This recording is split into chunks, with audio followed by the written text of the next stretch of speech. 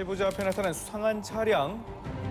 1차로 주행 중에 있는데 갑자기 3차로에 좀 비틀거리는 차가 보이더라고요. 갑자기 다가오더니 미처 피할 틈도 몇 바퀴 없었다는데요. 돌렸어요. 3차로에서 1차로로 돌진한 차량. 급기야 충격으로 구르더니 위험한 상황까지 펼쳐졌습니다. 다행히 운전자는 안전벨트를 한 것 같은데요. 크게 다치지는 않았다고 합니다.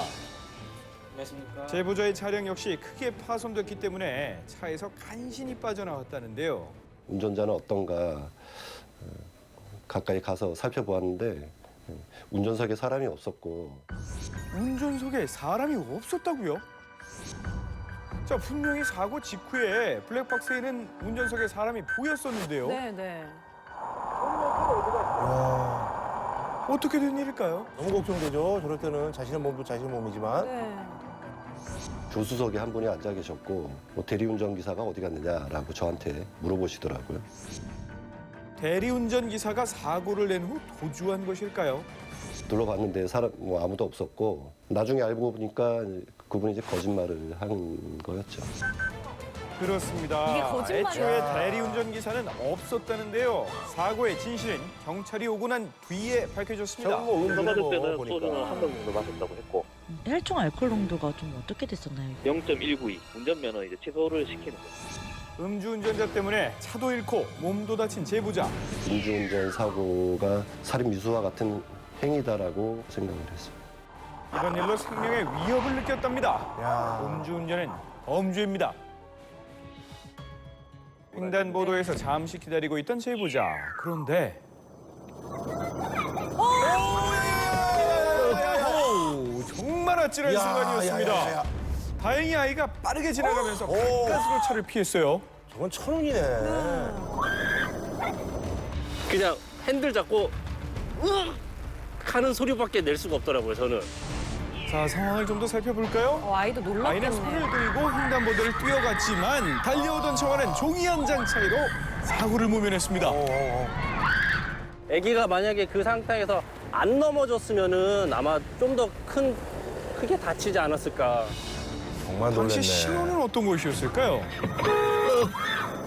여기가 신호등이 없어요. 아기들이 많은 사는 동네인데도 이곳은 넓은 부정차 도로인데도 금지 없네요, 표지판이나 제한 속도 표지판만 있고요. 신호등은 찾아볼 수가 없었습니다. 그래서인지 횡단보도를 건너는 이들의 모습이 좀 위태위태해 보입니다. 이게 보니까 신도시 같은데. 어떤 돌발 상황이 발생할 수 있으니까 주의를 좀 잘 살폈으면 좋겠네요. 신호 없는 횡단보도에서는 보행자와 운전자 모두 주의해야겠죠. 안전운전하시길 바랍니다. 안전할 거라 믿고 주차한 곳에서 테러를 당할 수 있습니다. 여기 뭐야, 뭐야. 차는 물론 목숨까지 위협하는 주차 시비. 맞아요. 그 팽팽한 갈등을 들여다봅니다. 차를 주차할 때까지만 해도 이런 일이 벌어질 거라고는 생각하지도 못했다는 차주. 말로 표현할 수가 없죠. 너무 당황스럽고 황당하고 그 안에 있었으면 정말 너무 끔찍하죠. 문제없이 사용했던 지하 주차장에서 처음으로 겪은 사건이었습니다. 자정에 가까운 시간, 골프채를 들고 지하 주차장으로 내려가는 한 남성.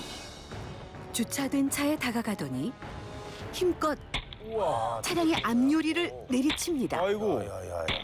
수차례 이어진 타격. 산산조각난 앞유리를 고치는 수리 비용만 100만 원 정도 나왔다는데요. 이거 왜 그런 거예요? 누가 어떤 이유로 차량에 골프채를 휘둘렀던 걸까요? 가해자의 정체는 곧 밝혀졌다고 합니다. 빌라 주민이라는 것도 무섭죠. 차량을 파손시킨 이는 다름 아닌 이웃집 청년이었습니다. 그날 밤 주차 시비가 있었다는데요. 빼가면 빼줘야 될 거 아니야. 못 간다니까 뭔 소리 하는 거야 지금. 차를 못 빼잖아. 야, 내 차 나가서 안 막았어. 막은 게 아니고 나가서 안 막았어. 그만 얘기해. 만나면 진짜 지킬 줄 알아. 알았어? 골프채까지 잡았던 이웃집 청년의 이야기를 어렵게 들을 수 있었습니다. 아니 이게 웬일인가요? 애기 좀 안 된 조카가 있어요. 애기가 좀 이제 갑자기 너무 아픈데 와줄 수 있겠냐. 그래서 제가 이제 앞에 차가 막혀 다른 뭐 있었고 사정은 있구나. 전화를 해서 근데, 차량 좀 빼줄 수 있냐 얘기를 했거든요. 못 근데 이런 게 빼요. 보통으로 밀고 찾아갈 나가세요. 거 이렇게 아니에요. 얘기를 하더라고요. 그래서 왜 이런 식으로 얘기하나 이해가 안 돼가지고 자기가 원래 항상 이렇게 됐다 이렇게 얘기를 하는 거예요. 이중 주차해놨던 차주 때문에 바로 차를 뺄 수 없었다는 겁니다. 20분 넘는 실랑이 끝에 결국 경비원의 도움으로 조카를 병원에 무사히 데려다 줬지만 그의 분노는 결국 폭발했다고 하는데요. 좀만 늦었어도 이제 애기가 좀 큰일 날 뻔했다 이런 얘기를 받았기 때문에 저는 그냥 너무 홧김에 빨리 나가고 싶으니까 그랬던 최소의 이런 한마디였었으면 이러지도 않았을 거예요. 아, 서로 말 한마디 때문에 순간의 그랬군요. 화를 참지 못하고 휘두른 골프채. 이웃 간 주차 시비가 형사 사건으로 번졌는데요. 이 차의 주인은 사람의 목숨을 소중하게 생각하지 않는 아주 나쁜 사람이다. 내가 죽일 정도의 어떤 그 분노가 그 사람에게 가해져도 충분한 사람이다. 라고 나름대로 그 순간은 그렇게 판단을 한 거예요. 주차장에서 벌어진 사건은 이곳뿐만이 아닙니다. 차량 화재였습니다. 차가 주차되어 있는 상태에서도 화재가 발생을 하는데 조금 다른 사건하고는 달랐습니다. 차량 앞쪽이 있고 뒤쪽이 있으면 트렁크 부분이 많이 소실됐고 앞쪽 부분은 거의 탄 흔적이 없었습니다. 대부분 차량들이 화재가 발생하면 앞쪽 그 엔진 쪽 부분에서 대부분 화재가 발생한 경우를 목격을 우리날 했는데 일이 없는 쪽이죠. 다른 차량 화재와는 달리 트렁크 쪽이 발화 지점이었던 겁니다. 축에 타다 남은 그 비닐호스, 일반적으로 저희가 말하는 가연물, 우리 탈 수 있는 물질이 있었습니다. 그 화재 원인은 방화로 확정했습니다. 5천만 원의 재산 피해를 부른 방화. 방화범의 범행 모습은 CCTV에 고스란히 남았습니다. 그가 지나가자 차량에 불길이 번지는 것을 확인할 수 있었는데요. 유유히 지나가는데 왜 그랬죠? 11일의 수사 끝에 방화범을 잡을 수 있었다고 합니다. 아, 잡혔군요. 왜 그랬을까요? 보시다시피 주차장이 작잖아요. 네. 근데 이 복판에 차를 세워놨나 봐. 아, 이 한복판에? 아, 양쪽에 있기 때문에 차를 못 빼는데. 외부인이 주차한 차량 때문에 진출입로가 막히자 주민이 불을 질렀다는데요. 아하. 테러라고 볼 수 있죠. 일단 주차장이 좁은 상태에서 새벽 시간에 본인이 주차하려고 보니까 주차할 공간이 협소하고 해서 거기에 양심을 품은 것으로 판단하고 있습니다. 그런데 이곳의 주차 문제는 하루 이틀 일이 아니었습니다. 여기 뒤에는 라인이 없는데 이중 주차. 세대수에 비해 주차 공간이 부족해 이중 주차를 하는 일도 비일비재합니다. 공간이 부족하잖아요, 주차. 그렇기 때문에 그럴 수밖에 없는 거죠. 꽉 찬다고 보시면 돼요. 주차할 때가 9시 넘어가면 없고요. 거의 다 이제 이쪽 다 이중주차가 꽉 차 있어갖고 아침에는 못 나가. 급한 사람 뒤에다 차 막아놓고 못 나가게 봐, 환장이.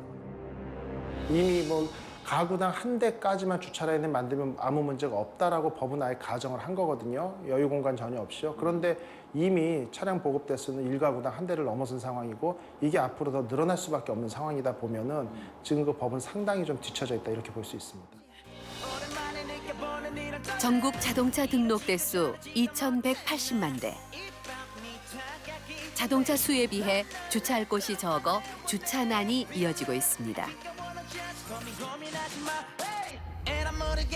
그러다 보니 이웃 간 주차 갈등이 이어지고 그것이 주차 테러로 번지기도 하는데요. 본인도 다 음식물이에요, 지금?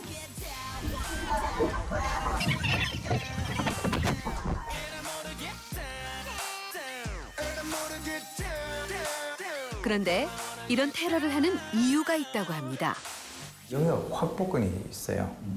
이 영역 확보권이라고 하는 것은 자기에게 주어진 어떤 그 공간에 대해서 침해를 받으면 거기에 대해서 이제 공격성이 발현되는 나는 내 나름대로의 어떤 그 정의를 실현하는 거야 라고 이제 한 것인데 그 자체가 범법 행위가 됩니다.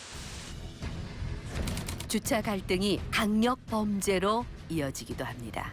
며칠째 가게 앞에 세워둔 차를 두고 가게 직원과 대치 중인 차주. 그런데 차 왜 안 빼주시냐고 얘기했더니 내가 빼줄 이유가 없지 않냐면서 막 하다가 갑자기 문 열고 가서 손에 보니까는 빨간색 이상하게 덜렁덜렁거리더라고요. 자세히 보니까 손도끼더라고요. 주차 시비에 손도끼를 꺼내든 겁니다. 크기 30cm 정도의 손도끼를 손에 쥐고 싸움을 이어가는 태도에 생명의 위협을 느꼈다는데요. 도끼가 꽤 컸어요. 그게 작은 것도 아니고 이렇게 치려고까지 하다가 위협을 발휘해요. 경찰에 신고했다는 말을 듣고 나서야 손도끼를 치웠다는 남자. 차를 앞뒤로 막아놓는다 그래가지고 화가 저기 있으면은 화난 김에 쫓겨내기로 부셔보려고 그랬죠. 같은 동네에 사는 이웃이 벌인 일입니다. 이번 사건을 겪고 나서 피해자들은 아예 가게마저 접었다는데요. 일부러 저희가 이 동네를 피하고 있어요. 잠깐 뒤에서 뭐 해코지 당할 그런 것도 있어가지고. 그때 왜 그랬나 이런 생각도 하고 애기 못 볼 수도 있었던 거니까 이런 생각 많이 해요. 목숨을 위협하는 주차 시비, 경남 김해에서도 발생했습니다. 다른 사람이 자기 주차장에 차를 댔는데 주차장으로 차를 못 들어가게 아마 대맞췄는가 봐요. 정차한 차를 빼라고 요구한 남성. 결국 운전자와 몸싸움까지 벌였는데요. 몸싸움 도중 그가 무기를 꺼내들었습니다. 사람들이 이렇게 몰려 나와가지고 총소리를 듣고 이제 피해자가 피해자한테 계속 달려드는 것을 제지한 후에 그 사람이 총을 쐈다는 걸 듣고 본이 풀리지 않자 집으로 올라가 숨겨둔 가스총을 꺼내든 겁니다. 집에서 창문을 열고 밖으로 이제 총을 피해자 쪽으로 향해 그랬는데 피해자가 차 뒤로 숨으니까 공중을 향해서 가스 분사기 이제 2발을 쐈다고. 말리는 주민들마저 자칫 위험해질 수 있었던 상황이었습니다. 실제 주차 갈등이 살인을 부르기도 했는데요. 대부분 이웃과의 계속된 주차 갈등이 부른 참혹한 사건이었습니다. 그러니까 거의 전쟁인 거죠, 전쟁. 갈등을 해결할 방법은 없을까요? 여러 번이네요, 진짜. 미안하다라고 하는 얘기를 하고 빨리 가가지고 그 차를 빼주는 그 시간이 짧으면 짧을수록 갈등이 훨씬 더 적어지고 본인이 어떤 거기에 대해서 불만을 토로했을 때 굉장히 무성의하거나 도전적이거나 이렇게 했을 때는 이 두 사람 간에 있어서의 갈등이 상호 증폭이 되는 거죠. 본인이 가해자도 될 수 있고 피해자도 될 수 있다라고 하는 사항을 본인들이 또 이해를 하셔야 된다는 거예요. 서로를 배려하는 그런 마음이 선행이 된다면 이러한 그 불행한 일들이 결코 발생하지 않겠죠. 이기심으로 자신의 권리만 주장한다면 주차 갈등은 더 큰 범죄로 번질 수 있습니다.